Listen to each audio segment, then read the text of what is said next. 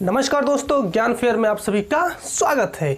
आज के इस वीडियो पार्ट में हम लोग चर्चा करने वाले हैं उत्तर प्रदेश की बोलियों की, अर्थात उत्तर प्रदेश में कौन कौन सी बोलियां बोली जाती हैं उसके बारे में हम लोग चर्चा करने वाले हैं आज के वीडियो में। जैसा कि आप इसके पहले जो वीडियो हमने दिया था उसमें हम लोग बताया था कि जो कितनी बोलियाँ होती हैं और किन किन क्षेत्रों में बोली जाती हैं, वो भी ट्रिक के माध्यम से। हमने आपको ये भी बताया था कि ऐसा ट्रिक आपको यूट्यूब पर और कहीं भी नहीं मिलने वाला है, क्योंकि एकमात्र ऐसा ट्रिक है जो हमने डिज़ाइन किया है सिर्फ याद करने के लिए क्षेत्रों को। ठीक, तो उसी की कड़ी को आगे बढ़ाएंगे और हम ये आज देखेंगे कि उत्तर प्रदेश में कौन कौन सी बोलियां मुख्य तौर पे बोली जाती हैं और क्या क्या उनकी विशेषताएं हैं। ठीक, तो आज की टॉपिक क्या है? उत्तर प्रदेश की प्रमुख बोलियां। टॉपिक है उत्तर प्रदेश की बोलियां। उत्तर प्रदेश की बोलियों को हम लोग देखने वाले हैं कि उत्तर प्रदेश में कौन कौन सी बोलियां बोली जाती हैं। किसमें? उत्तर प्रदेश में। क्योंकि अगर हम लोग उत्तर प्रदेश में रहते हैं तो उत्तर प्रदेश की बोलियों को थोड़ा जान लेना बहुत ही ज़रूरी हो जाता है। एग्ज़ाम के पॉइंट ऑफ व्यू से एग्ज़ाम में पूछ लिया जाता है इसके तौर पे। ठीक, तो उत्तर प्रदेश की बोलियों को हम लोग देख लेते हैं। तो सबसे पहली बोली हो जाती है आपकी ब्रज भाषा। कौन सी हो जाती है आपकी? ब्रज भाषा हो जाती है आपकी पहली बोली। कहाँ की? उत्तर प्रदेश की। दूसरी आपकी हो जाती है अवधी। दूसरी कौन सी हो जाती है आपकी? अवधी हो जाती है। तीसरी आपकी हो जाती है भोजपुरी। तीसरी कौन सी हो जाती है आपकी? भोजपुरी। चौथी हो जाती है आपकी बुंदेली। चौथी कौन सी हो जाती है आपकी? तो वो हो जाती है बुंदेली। और पांचवी हो जाती है आपकी कन्नौजी। कौन सा?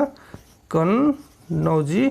इस तरीके से 5 बोलियां उत्तर प्रदेश में मुख्य तौर पे बोली जाती हैं, जिनमें से एग्जाम के पॉइंट ऑफ व्यू से क्वेश्चन पुटअप किए जाते हैं। तो इनको भी हम लोग बहुत ही बाकायदा तरीके से समझते चलेंगे और इसमें भी वही समझेंगे जो हमारे ज़्यादा इंपॉर्टेंट होगा। बाकी सब लोग इधर उधर की बातें नहीं करेंगे, क्योंकि पढ़ने के लिए तो बहुत सारी चीज़ें हैं।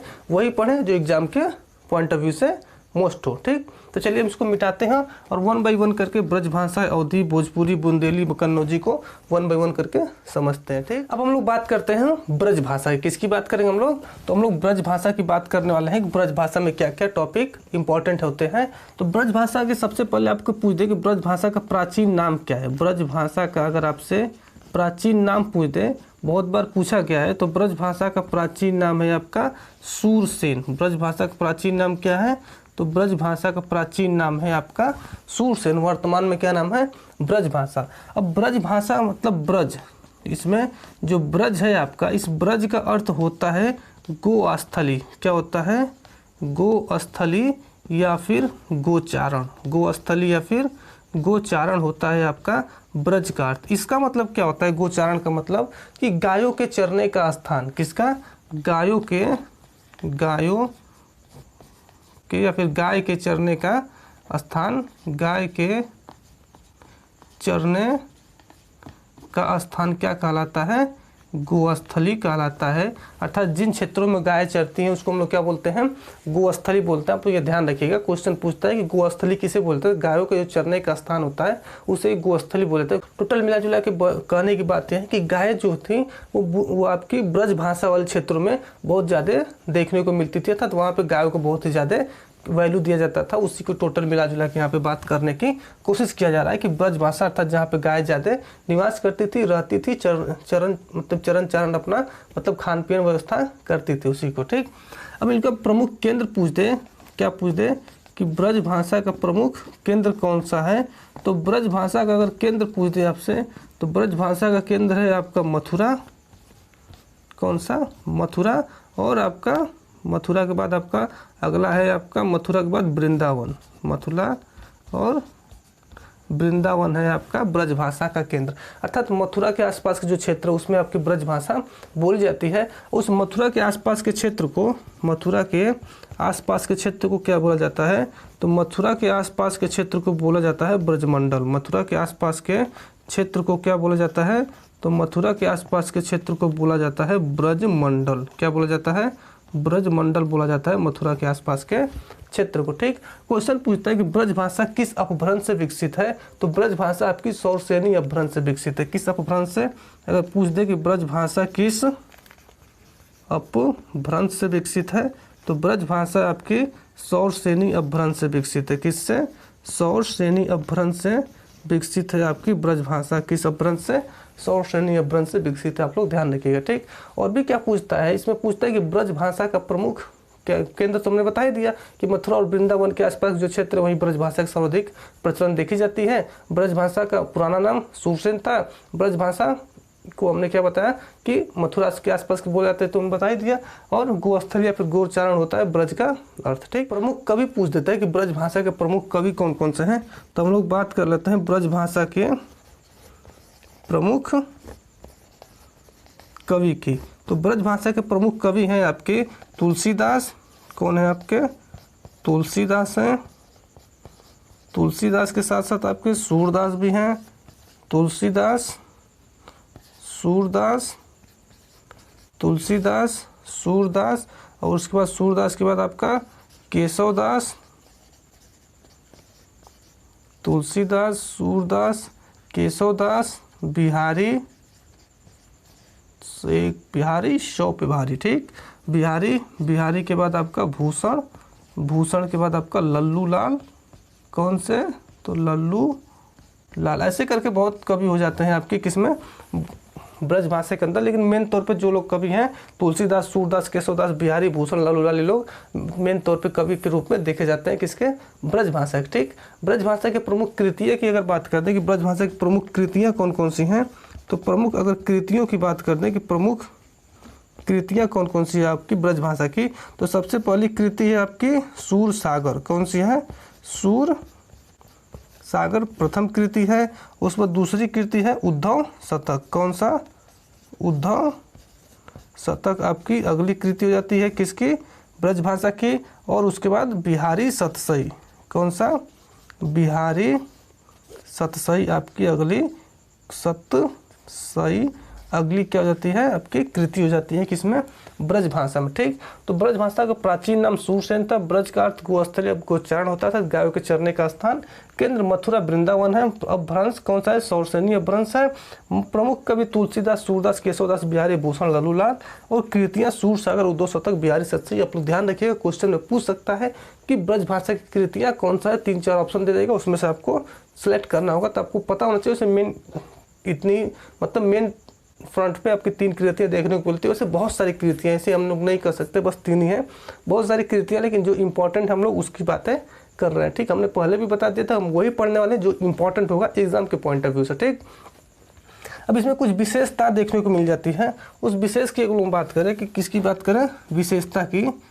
विशेषताएँ अगर हम लोग बात करें किसकी? ब्रज भाषा की क्या क्या विशेषताएं हैं, तो विशेषताओं में अगर बात करें तो ब्रज भाषा आपकी ओकार बहुलक की भाषा है। किसकी? ओकार बहुलक की भाषा है आपकी। ओकार बहुलक की भाषा है आपकी ब्रज भाषा। किसकी? ओकार बहुलक, अर्थात अंत में क्या लगा होता है? अंत में ओ देखने को मिलता है इसमें ब्रज भाषा में, ठीक। और इसमें क्या विशेषता है ब्रज भाषा में? ए और ओ के स्थान पे, ए और ओ के स्थान पे आय और औ का प्रयोग देखने को मिलता है। क्या देखने को मिलता है? ए ओ के स्थान पे। किसके? ए और ओ के स्थान पे आपका अय और औ का प्रयोग देखने को मिलता है। किसका? अय और औ का प्रयोग देखने को मिलता है। जैसे कि इन लोग कैसे बोलते हैं? उद्धव, तेरो, मेरो, ऐसे करके बोलते हैं। जैसे कि क्या लिखते हैं ये लोग लिखते हैं उद्धव, ठीक, तेरो, ठीक, मेरो, ऐसे करके मतलब ओ औ का प्रयोग ज़्यादा ही लोग करते हैं ब्रज भाषा के लोग, ठीक। और इसमें क्या खासियत देखने को मिलती है? और इसमें देखने को मिलती है कि ल और र के स्थान पे, ल और ड के स्थान पे र का उपयोग किया जाता है। ल और ड के स्थान पे किसका? र का उपयोग किया जाता है। अर्थात हम लोग क्या बोलते हैं? लड़का। तो हम लोग लड़का बोलते हैं, लेकिन ब्रज भाषा में लड़िका बोला जाता है। क्या बोला जाता है? हम लड़का की जगह से हम लोग क्या बोलते हैं? हम लोग नॉर्मल लड़का और लड़का लिखते भी हैं, लेकिन ब्रज भाषा में इसी को क्या बोला जाता है? लड़िका। क्या बोला जाता है? लड़िका। ऐसे करके ब्रज भाषा में उपयोग किया जाता है ल और ड का, ठीक। आप लोग ध्यान रखिएगा। और इसमें क्या यूज होता है, तो हम लोग और भी बात कर लेते हैं। तो हम लोग नीचे लिखते हैं इसके कि और भी क्या यूज होता है। तो पुल्लिंग से स्त्रीलिंग बनाने के लिए, किसके लिए? पुल्लिंग से स्त्रीलिंग बनाने के लिए, किसके लिए? पुल्लिंग से स्त्रीलिंग बनाने के लिए क्या होता है? तो अगर आपको पुल्लिंग से स्त्रीलिंग बनाना है, किससे? पुल्लिंग से आपको अगर स्त्रीलिंग बनाना है तो पुल्लिंग से स्त्रीलिंग बनाने के लिए आप लोग क्या करेंगे, नी, इनी, इनी मतलब बड़ी छोटी और आनी प्रत्यय का उपयोग करते हैं। कौन सा, नी, इनी, इनी और आनी प्रत्यय का उपयोग करते हैं। जैसे कि हम लोग क्या बोलते हैं, जेठ को जेठानी, मतलब पुल्लिंग से स्त्रीलिंग जेठ जेठानी, ग्वाला ग्वालिनी, तो ये लोग क्या यूज करते हैं, आनी। तो जैसे कि जेठानी, ठीक, आनी प्रत्यय। ग्वालिनी कैसे, ग्वालिनी ऐसे करके, ठीक, मतलब नी, इन, इनी, आनी प्रत्यय लगा के पुल्लिंग से स्त्रीलिंग बनाया जाता है, किसमें, आपकी ब्रज भाषा में, ठीक। और एक वचन से बहुवचन बनाने के लिए क्या करते हैं, एक वचन से बहुवचन बनाने के लिए ए, आय, औन, अन का प्रयोग करते हैं। किसका, एक वचन से बहुवचन बनाने के लिए, एक वचन से अगर बहुवचन बनाना हो, एक वचन से अगर बहुवचन बनाना है तो उस समय ए, आय और अन का प्रयोग किया जाता है। ए, आय और अन का प्रयोग किया जाता है ए वचन से बहुवचन बनाने के लिए, ठीक। तो और भी क्या उपयोग किया जाता है, और यहाँ पे व के स्थान पे म का प्रयोग देखने को मिलता है। किसके स्थान पे, वो के स्थान पे म का प्रयोग देखने को मिलता है। जैसे हम लोग क्या लिखते हैं, गांव, तो ये लोग गांव नहीं लिखते बल्कि गाम लिखते हैं। जैसे कि हम लोग क्या लिखते हैं, हम लोग लिखते हैं गांव, क्या लिखते हैं, गांव, लेकिन यहाँ पे क्या लिखा जाता है, तो यहाँ पे लिखा जाता है गाम, ठीक, अर्थात वो के स्थान पे मो का उपयोग देखने को मिलता है, किसमें, ब्रज भाषा में, ठीक। तो ये रहा ब्रज भाषा के कुछ डिटेल जो एग्जाम में पूछ लेता है कि ब्रज भाषा का प्राचीन नाम सूरसेन था। ब्रज का गोस्थली अर्थात गोचारण होता है, अर्थात गायों के चरने का स्थान। केंद्र का है मथुरा और वृंदावन इसका केंद्र माना जाता है। मथुरा के आसपास जो क्षेत्र, वहाँ पे आपकी ब्रज भाषा बोली जाती है, उसको हम लोग उसके आसपास के क्षेत्र को क्या बोलते हैं, ब्रजमंडल बोला जाता है, ठीक। अपभ्रंश पूछते कि ब्रज भाषा किस अपभ्रंश है, तो सौरसेनी अपभ्रंश है, हमने पहले भी बता रखा, लेकिन फिर एक बार बता दे रहे हैं। प्रमुख कवि तुलसीदास, सूरदास, केशवदास, बिहारी भूषण और लल्लूलाल प्रमुख कवि हो जाते हैं। कृतियाँ पूछ ले, सूरसागर, उद्धव शतक, बिहारी सत्सई प्रमुख कृतियाँ हो जाती हैं। विशेष पूछ ले कि ओकार बहुलक की भाषा, लास्ट में ओ का प्रयोग किया जाता है। ए ओ के स्थान पे आय ओ का प्रयोग इसमें देखने को मिलता है, साथ उद्धव, तेरो, मेरो ऐसे करके यूज किया जाता है लैंग्वेज, ठीक। ल और ड के स्थान पे र का प्रयोग देखने को मिलता है, अर्थात लड़का नहीं लड़िका देखने को ऐसे करके मिलता है, ठीक। और पुल्लिंग से स्त्रीलिंग बनाने के लिए नी, इन, इनी, आनी प्रत्यय का उपयोग करते हैं, जैसे कि जेठानी और ग्वालिनी हमने क्या बताया, एग्जाम्पल बताया। एक वचन से बहुवचन बनाने के ए, आय और अन का प्रत्यय का उपयोग करते हैं एक वचन से बहुवचन बनाने के लिए। वो के स्थान पे मौ की अधिकता देखने को मिलती है, इसे गांव नहीं बल्कि गांव यहाँ पे लिखा जाता है, ठीक। तो ये रहा आपकी ब्रज भाषा की। ब्रज भाषा के बाद हम लोग चलते हैं आपकी अवधि को थोड़ा समझ लेते हैं। अब हम लोग बात करते हैं अवधि की। किसकी बात करते हैं हम लोग, तो दूसरे नंबर पे हम लोग बात कर देते हैं अवधि की। किसकी बात कर देते हैं, अवधि की। अब अवधि में देखेंगे क्या क्या विशेषताएं आपको देखने को मिलती है। तो सबसे पहले हम समझ लें कि अवधि का अन्य नाम क्या है। तो अवधि का अन्य नाम आपका है कोष्ती। अवधि का अन्य नाम क्या है, तो अवधि का अन्य नाम है कोष्ती। आप लोग ध्यान रखिएगा, अर्थात अवधि को हम लोग कोष्ती भी बोल सकते हैं, फिर अन्य नाम कोष्ती है, ठीक। अवधि के बाद हम लोग समझ लेते हैं कि अवधि का अगर आपके अपभ्रंश से पूछ दे कि अवधि किस अपभ्रंश से विकसित है, तो अवधि अगर अपभ्रंश से पूछ दे तो अवधि आपकी अर्धमागधी अपभ्रंश से विकसित है। किससे, अर्धमागधी अपभ्रंश से विकसित है आपकी अवधि। किस अपभ्रंश से, अर्धमागधी अपभ्रंश से विकसित है अवधि, ठीक। अवधि का अन्य नाम कोष्टी भी है। अवधि जो है पूर्वी हिंदी का सर्वश्रेष्ठ रूप में बोली मानी जाती है। अवधि पूर्वी हिंदी का, अवधि पूर्वी हिंदी का सर्वश्रेष्ठ बोली मानी जाती है। सर्वश्रेष्ठ बोली मानी जाती है अवधि, सर्वश्रेष्ठ बोली मानी जाती है आपकी अवधि पूर्वी हिंदी का। अर्धमागधी अपभ्रंश से विकसित है। कोष्टी इसका अन्य नाम है, ठीक। अवधि का अगर केंद्र पूछ दे कि अवधि का केंद्र कहाँ है, तो अवधि के अगर केंद्र की बात करें तो अवधि का केंद्र है आपका अवध या फिर अयोध्या। अवध और अयोध्या प्रमुख, अयोध्या केंद्र है आपकी अवधि का। अवध या फिर अयोध्या, अर्थात अवध या फिर अयोध्या के क्षेत्रों में अवधि आपको बोलने को देखी जाती है, ठीक। अवधि के प्रमुख कवियों की बात कर दें कि अवधि के प्रमुख कवि कौन से हैं, किसकी बात कर दें, प्रमुख कवि। तो प्रमुख कवि हैं आपके तुलसीदास। कौन से हैं आपके, तुलसीदास। तुलसीदास के बाद मलिक मोहम्मद जायसी। कौन से हैं, मलिक मोहम्मद जायसी, कुतुबन और मंझन प्रमुख कवि देखने को मिल जाते हैं किसमें, अवधि में। ठीक, अवधि की प्रमुख रचनाएं की बात करते हैं कि अवधि की प्रमुख रचनाएं कौन सी हैं। तो प्रमुख आपकी रचनाएं हैं अवधि की, प्रमुख रचनाएं कौन कौन सी हैं।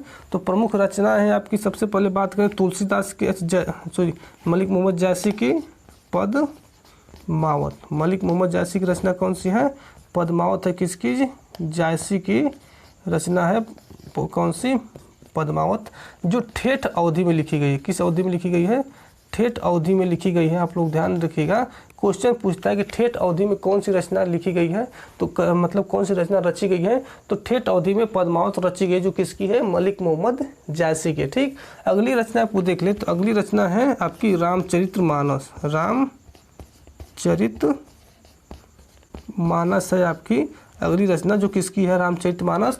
तो रामचरितमानस तुलसीदास की, किसकी है, तुलसीदास की है रामचरितमानस। ठीक, जो क्या है आपकी, किस अवधि में, मतलब किस अवधि में है, तो जो परिष्कृत अवधि में लिखी गई। किस अवधि में, तो परिष्कृत अवधि में लिखी गई है आपकी रामचरितमानस, परिष्कृत अवधि में लिखी गई है रामचरितमानस। आप लोग ये बात ध्यान रखिएगा।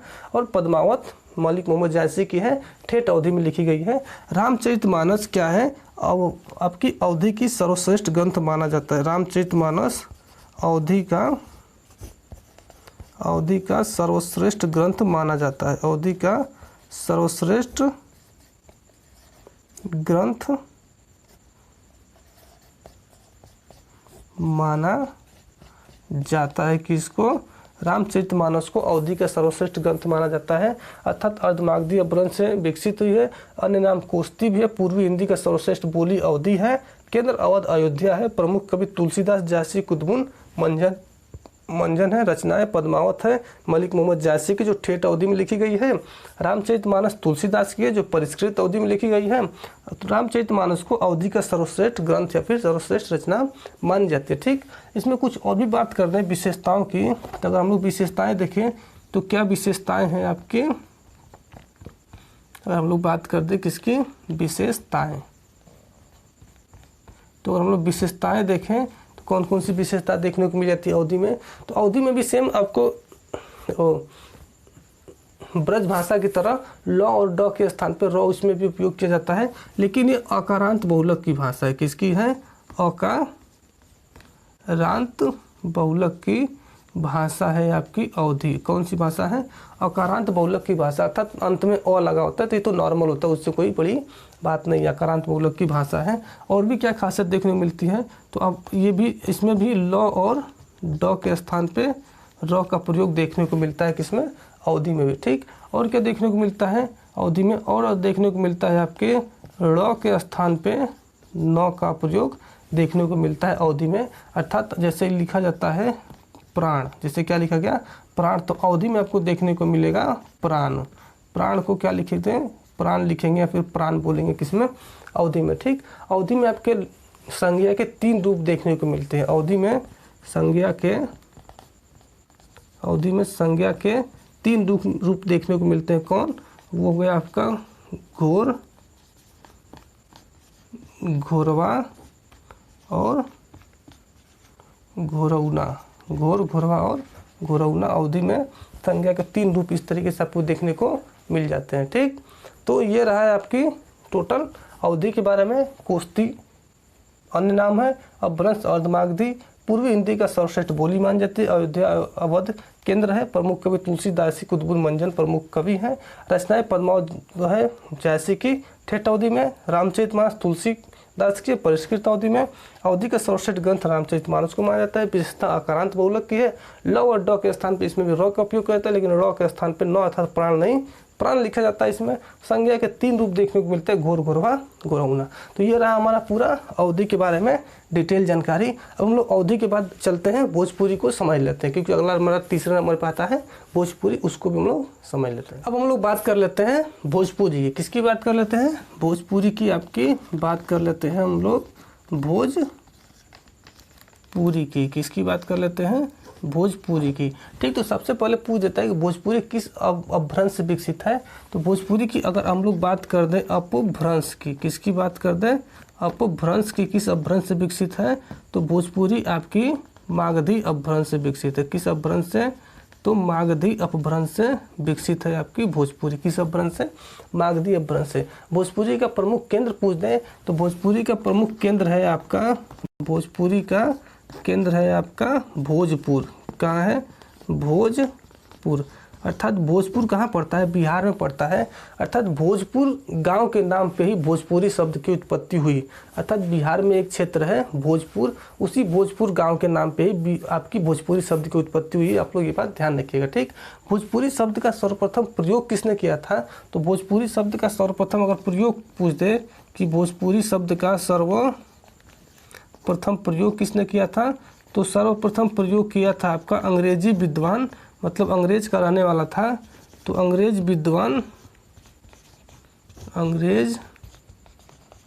विद्वान रेमंड ने, अंग्रेज विद्वान रेमंड ने सर्वप्रथम भोजपुरी शब्द का उपयोग किया था। अर्थात अंग्रेज विद्वान रेमंड ने भोजपुरी शब्द का सबसे पहले उपयोग किया था। भोजपुरी का नाम किस पे पड़ा है, तो भोजपुर गांव के नाम के आधार पे भोजपुरी का नाम पड़ा है। प्रमुख केंद्र भी भोजपुर ही है। अर्थात बिहार के भोजपुर, अर्थात बिहार के आसपास के जो क्षेत्र है वहाँ पे भोजपुरी आपको बोलने को ज़्यादातर देखी जाती है। आप लोग ध्यान रखिएगा। ठीक, हमने पीछे बता भी रखा है पिछली वीडियो में, मतलब किन किन क्षेत्रों में बोली जाती है। आप लोग जानते भी हैं भोजपुरी किन किन क्षेत्रों में बोली जाती है, इसमें बहुत ज़्यादा कुछ अलग की नहीं। ठीक, अगर भोजपुरी के प्रमुख रचनाकार या फिर प्रमुख कवि की बात करें, अंग्रेज। ठीक, अगर भोजपुरी के प्रथम कवि की बात, मतलब भोजपुरी के कवि की बात कर दें कि भोजपुरी कौन कौन से कवि हैं, तो भोजपुरी के कवि आपके हो जाते हैं भोजपुरी के कवि होते हैं भिखारी ठाकुर।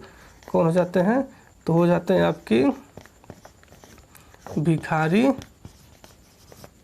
ठाकुर। भिखारी ठाकुर के बाद आपके हो जाते हैं कबीर दास। कौन हो जाते हैं आपकी, कबीर दास। कबीर दास के बाद आपको हो जाते हैं भिखारी ठाकुर, कबीर दास, और आपके फणीश्वर नाथ रेड्डी। फणीश्वर, कौन जाते हैं आपके फणीश्वर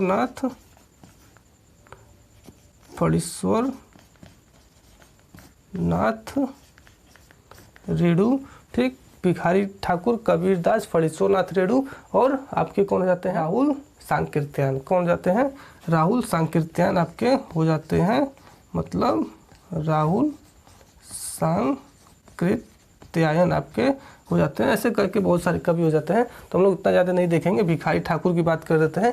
तो भिखारी ठाकुर की प्रमुख कृति है आपकी, अर्थात प्रमुख रचना की बात कर दें, किसमें, भोजपुरी में प्रमुख रचना की बात कर दें तो भिखारी ठाकुर की एक रचना है जिसका नाम क्या है, तो जिसका नाम है विदेशिया।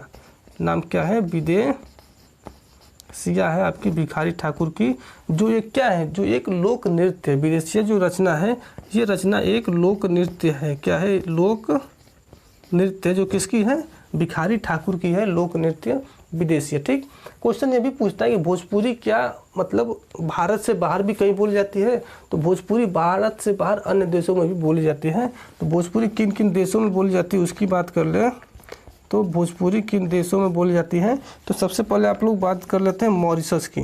कौन सी, मॉरिशस में बोली जाती है आपकी भोजपुरी। कौन सी, मॉरिशस में बोली जाती है। ठीक, उसके बाद आपके फिजी में बोली जाती है भोजपुरी। किस में बोली जाती है, फिजी में बोली जाती है आपकी भोजपुरी, फिजी में। फिजी के बाद आपका सूरीनाम में बोली जाती है। किस में, सूरीनाम में बोली जाती है। सूरीनाम के बाद आपकी गुइना में बोली जाती है। कहाँ पे, गुइना में बोली जाती है, और त्रिनिडाद में भी बोली जाती है। त्रिनिडाद में भी बोली जाती है आपकी भोजपुरी। अन्य देशों में भी बोली जाती है, मॉरिशस, फिजी, सूरीनाम, गुइना और त्रिनिडाद। आप लोग ध्यान रखिएगा, यहाँ पे भी भोजपुरी बोलने को मिलती है। ठीक, कवि बात कर दे तो भिखारी ठाकुर, कबीरदास, फणीश्वर नाथ रेड्डी, राहुल सांकृत्यायन प्रमुख कवि हो जाते हैं।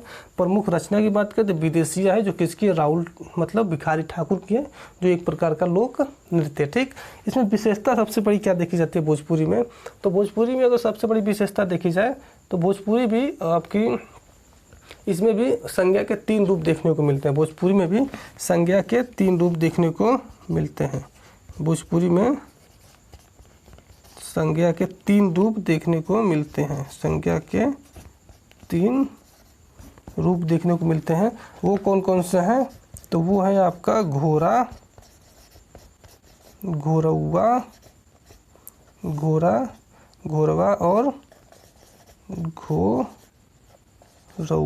घोड़ा, घोरवा और घोरौआ भोजपुरी के 3 आपके संज्ञा के 3 रूप देखने को मिलते हैं भोजपुरी में। ठीक, और भी कुछ खासियत की बात करते हैं कि भोजपुरी में और भी क्या खासियत है। तो इसमें भी र के स्थान पर न और र का लोप देखा जाता है, अर्थात इसमें भी क्या हो जाता है, इसमें भी आपका र के स्थान पे न का बोलचाल देखा जाता है, र के स्थान पे न, और र का तो लोप देखा जाता है भोजपुरी में। ठीक, तो ये रहा भोजपुरी की, बहुत कुछ ऐसा मेन टॉपिक नहीं है, मतलब जो टॉपिक था वो क्लियर कर दे कि अपभ्रंश मागधी अपभ्रंश है, केंद्र भोजपुर है।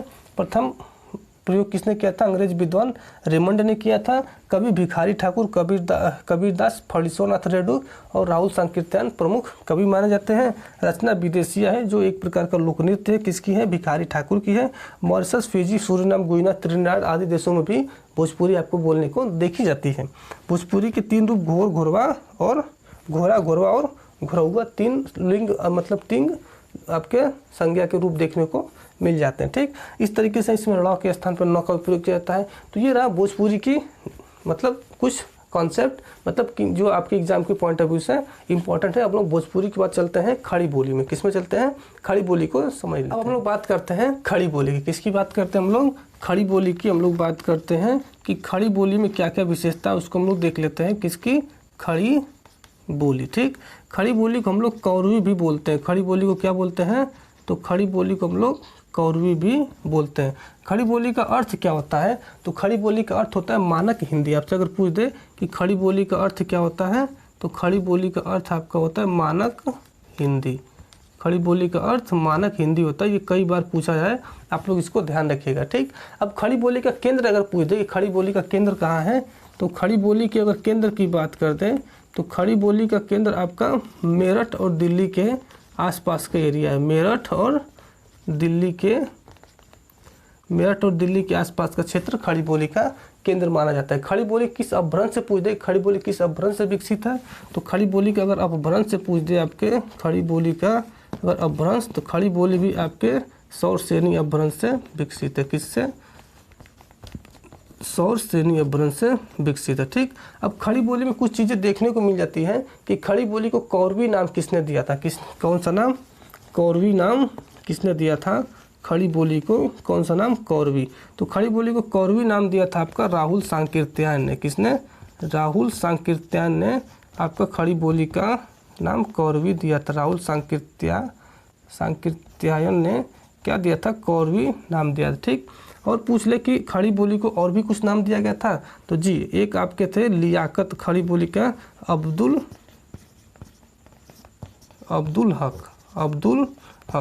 हक ने खड़ी बोली को क्या कहा था? तो अब्दुल हक ने खड़ी बोली को गंवारू कहा था। क्या कहा था? गंवारू कहा था अब्दुल हक ने। और उसके बाद आपके खड़ी बोली के और भी नाम दिया था आपके, जैसे कि भारतेंदु जी ने। कौन से? भारतेंदु हरिश्चंद्र ने नाम दिया था। तो भारतेंदु ने क्या नाम दिया था खड़ी बोली को? तो उन्होंने विदेशिया नाम दिया था। क्या नाम दिया था? परदेसी नाम दिया था खड़ी बोली को। क्या नाम दिया था? परदेसी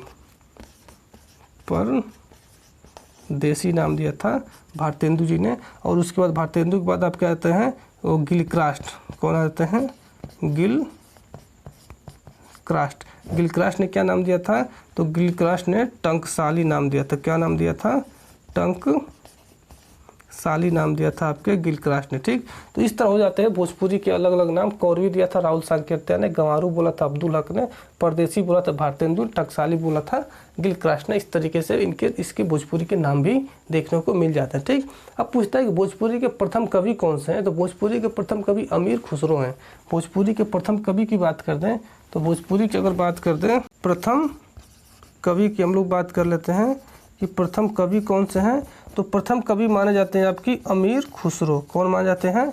अमीर खुसरो माने जाते हैं आपकी खड़ी बोली के प्रथम कवि अमीर खुसरो। ठीक, अगर प्रथम महाकाव्य की बात करते हैं कि खड़ी बोली का प्रथम महाकाव्य कौन सा है, तो खड़ी बोली का प्रथम महाकाव्य अगर पूछ दे तो खड़ी बोली का प्रथम महाकाव्य प्रिय प्रवास। कौन सा है?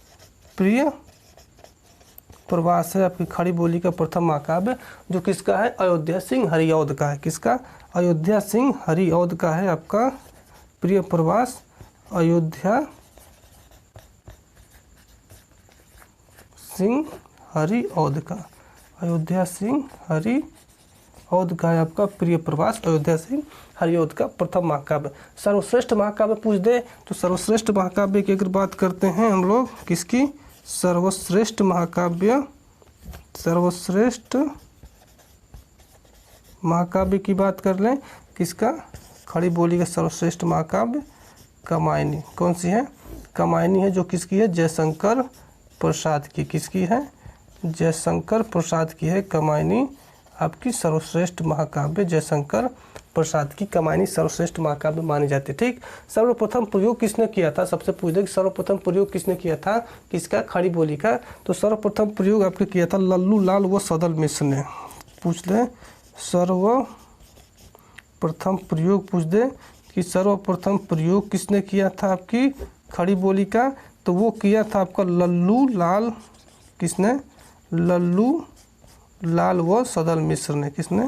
लल्लू लाल व सदल मिश्र ने। लल्लू लाल व सदल मिश्र ने सर्वप्रथम प्रयोग किया था। किसने? सदल मिश्र ने आपका प्रयोग किया था सबसे पहले खड़ी बोली का। ठीक, तो ये रहा खड़ी बोली को कौरवी बोल जाता है, मानक हिंदी इसका अर्थ होता है। मेरठ दिल्ली के आसपास के क्षेत्रों में आपकी खड़ी बोली बोली जाती है। सौरसेनी अपभ्रंश से विकसित है। राहुल सांकृत्या ने कौरवी कहा था, अब्दुल हक ने गंवारू कहा था, भारतेंदु ने परदेसी कहा था, गिलक्रास्ट ने इसको टंकसाली कहा था। ठीक, प्रथम कवि की बात करें तो अमीर खुसरो प्रथम कवि माने जाते हैं आपकी खड़ी बोली की। प्रथम महाकाव्य प्रिय प्रवास है अयोध्या सिंह हरिऔध का, और सर्वश्रेष्ठ महाकाव्य कामायनी है जयशंकर प्रसाद की। सबसे पहले प्रयोग किसने किया था? तो लल्लू लाल और सदल मिश्र ने किया था। ठीक, तो ये रहा हमारा खड़ी बोली। अब इसके आगे चलते हमारा दो और भी बोली बच जाती है। एक होता है आपका बुंदेली, एक कौन सा बच रहा है आपका? बुंदेली, और एक आपका बच जा रहा है कन्नौजी। एक बुंदेली और एक कन्नौजी। ठीक, तो बुंदेली और कन्नौजी से बहुत ज़्यादा क्वेश्चन नहीं पूछे जाते हैं, इसलिए हम लोग इस पर अपना टाइम वेस्ट नहीं करेंगे। हम बस इतना समझ लेते हैं बुंदेली और कन्नौजी दोनों आपकी सौरसेनी अपभ्रंश से विकसित है।